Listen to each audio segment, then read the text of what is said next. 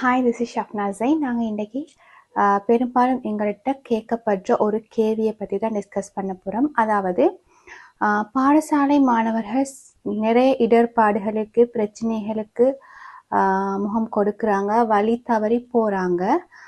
ஆனாலும் இந்த சந்தர்ப்பங்கள் எங்கே நடக்குது அப்படின்ற ஒரு கேள்வி காணப்படுது. அதாவது பாடசாலை பொறுத்தவரையில் பெரும்பாலும் பாடசாலைக்கு உள்ளுக்கு வந்ததிலிருந்து பாடசாலை விட்டு போகும் வரை மாணவர்கள் முற்றுமுழுதாக ஆசிரியர்களோட கண்காணிப்புக்கு கீழே இருக்காங்க. அதே சந்தர்ப்பத்தில் வீடுகள்லையும் மாணவர்கள் வீட்டில் காணப்படுற நேரம் பேரண்ட்ஸ்ட கண்காணிப்பில் இருக்காங்க. ஸோ இப்படியான சந்தர்ப்பங்களில் இவங்க எங்கே வழி தவறி போகிறாங்க அப்படின்ற கேள்விக்கு நாங்கள் பதில் தேடினால் எங்களுக்கு அந்த கேள்விக்கு பதிலாக அமைவது பாடசாலைக்கும் வீட்டுக்கும் இடையில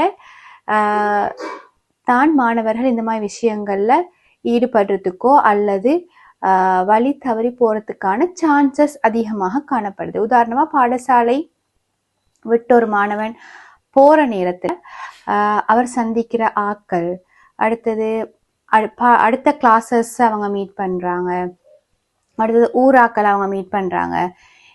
இன்னும் நிறைய சந்தர்ப்பங்கள்ல நிறைய விதமான ஆட்களை அவங்க மீட் பண்ண வேண்டிய சந்தர்ப்பம் காணப்படுது.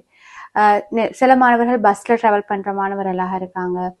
ஸோ இந்த டிஸ்டன்ஸ், இந்த வீட்டுக்கும் பாடசாலைக்கும் காணப்படுற டிஸ்டன்ஸுக்கு உள்ளுக்கு நிறைய விஷயங்கள் நடக்கிறதுக்கான வாய்ப்புகள் காணப்படுது. உதாரணமா சொல்லுங்கள், இந்த லவ் லெட்டர்ஸ் ஷேர் பண்றதாகட்டும், சப்ஸ்டன்ஸை ஒத்தர்ட்டின் இன்னொத்தர் வாங்கி கொள்றதாகட்டும், அடுத்தது உதாரணமாக நான் ஏற்கனவே சொன்னேன், ஃபோன் யூஸ் பண்ணி தேவையில்லாத வீடியோக்களை ஷேர் பண்ணுறதாகட்டும், எல்லாமே இந்த கேப்புக்குள்ள தான் நிறைய விஷயங்கள் நடக்கிறத எங்களுக்கு அவதானிக்க கூடியதாக காணப்படுது. ஸோ நாங்கள் இதுக்கு என்ன செய்யலாம்னு சொன்னால், நிச்சயமாக ரோட்டில் எல்லா இடத்துலையுமே சிசிடிவி பொறுத்துறதுக்கோ அப்படி பேரண்ட்ஸோ டீச்சர்ஸோ ஃபுல்லாகவே மாணவர்களோட பின்னுக்கால நிற்கவோ எங்களுக்கு இயலாது. ஸோ இந்த மாதிரி சந்தர்ப்பங்களை எப்படி எங்களுக்கு மேனேஜ் பண்ணலாம்னு சொன்னால், மாணவர்களோட எங்களுக்கு இருக்க கனெக்ஷன் அது மட்டும்தான் இதுக்கான சொல்யூஷனாக இருக்க போகுது. உதாரணமாக பாடசாலையில் ஒரு மாணவிக்கோ ஒரு மாணவனுக்கோ ஒரு லவ் லெட்டர் கிடைக்குதுண்டா அதை பற்றி தண்ட பேரண்ட்ஸோட வந்து டிஸ்கஸ் பண்ணுற அளவுக்கு பேரண்ட்ஸ் பிள்ளைகளோட கனெக்ஷன் இருக்கணும்.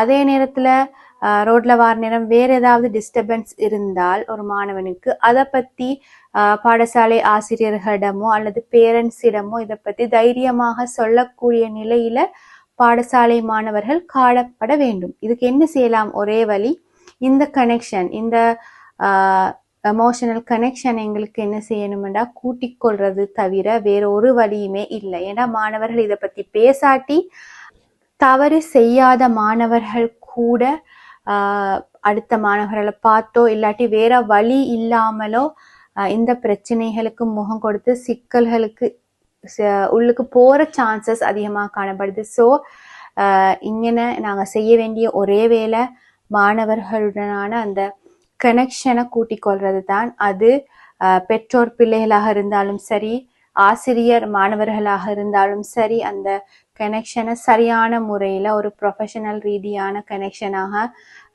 ஆசிரியர்கள் மாணவர்கள் பேணும், அதே நேரம் பெற்றோர் பிள்ளைகளாக இருந்தால் அதை சரியான ஒரு உறவு முறையாக நாங்கள் கொண்டு செல்ல முடியுமாக இருந்தால் இந்த கேப்ல மாணவர்கள் இடர்பாடுகளுக்கு முகம் கொடுக்கிறத எங்களுக்கு தடுத்து கொள்ளலாம் என்று நினைக்கிறேன். Thank you so much.